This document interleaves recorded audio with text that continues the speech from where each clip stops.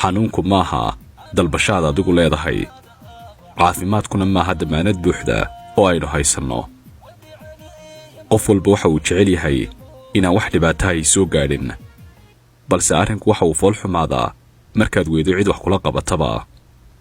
kani waa guuxaaye, magaciisu ma helin mudnaantii uu dhexdeenna ku lahaa, balse xaaladdu waxay isbeddeshay kolkii uu dareemay inay jiraan dad ka soo horjeeda inuu caafimaado, si loo kala qariyo isaga ee Soomaalida raba inay caawiyaan.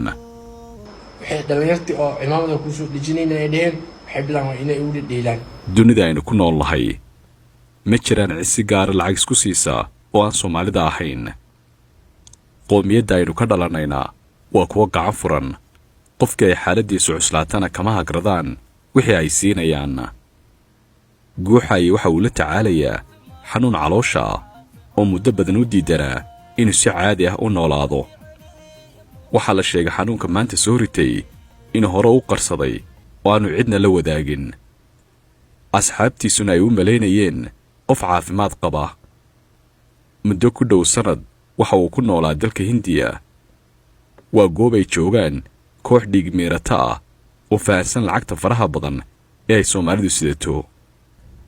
ha lagu ilmeeye hortadhimo af maahee eegoo la nool yihiyo ifkaa kaaga baahnahay wax yaroo aqoonsi ah oo aan aad u buurnayn.